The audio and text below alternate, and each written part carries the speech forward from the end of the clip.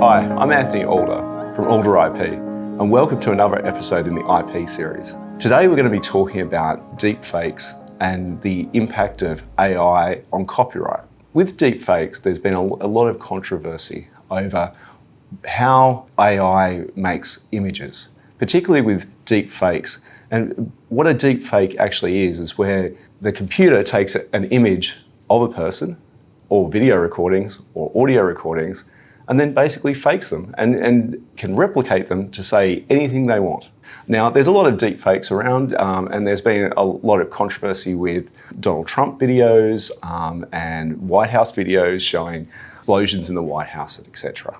Now, these are all deepfakes, quite obviously, and they're done by a program called Midjourney. And the problem is, though, is from the law's perspective, what has someone done wrong when they make a deepfake video? Now, quite obviously, there are some key fundamentals that they would have breached. And this is an act of fraud.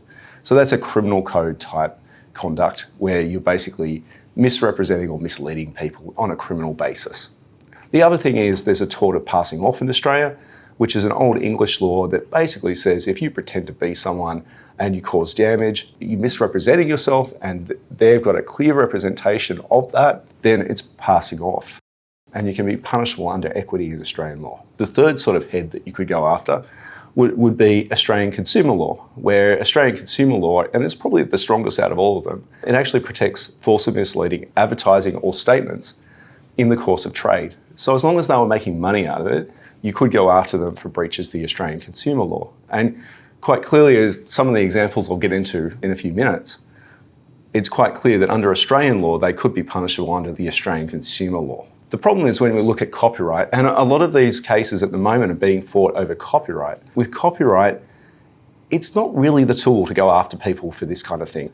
Copyright protects the basic expression of an idea. It doesn't protect the idea itself. So it protects things like someone giving a performance, someone performing a dance or a song. It protects the score of the music. It protects the words, the lyrics, a book, things that have artistic quality that are tangible.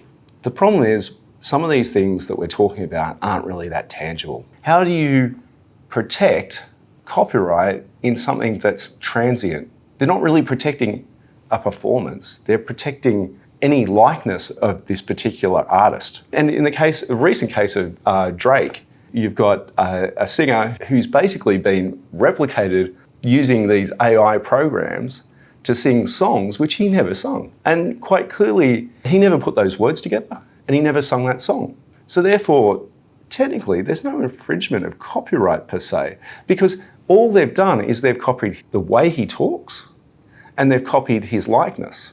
Now, in the 80s, there was a famous copyright case with Adam Ant. And Adam Ant was a singer, and he was famous for putting grease paint on his face. The copyright case in that regard, the court found in that particular case that there was no copyright infringement, partly because the grease paint that he put on his face was transient. It wasn't permanent. It was just a likeness. And the court had trouble understanding what this sort of concept of likeness was, particularly in the copyright setting. So traditionally, probably copyright's not the best thing to go after people with. However, we are seeing that copyright is a popular one to go after people for in this kind of area because most of the social media channels have systems in place to go after people for copyright infringement, such as copyright complaints, takedown notices, etc. They don't so much have systems in place to take down notices for Australian consumer law, for example, or fraud, which are much harder to get up on. In the case of Drake, a lot of these are being fought out at the moment in court, and it's unlikely that a lot of them will be successful on copyright grounds, but they'll probably reside on things like fraud and misrepresentation. I'm expecting that you'll see a lot more of this sort of stuff in the future. I hope that's really helpful for you understanding some of the impacts of deepfakes and the impacts on copyright law in particular.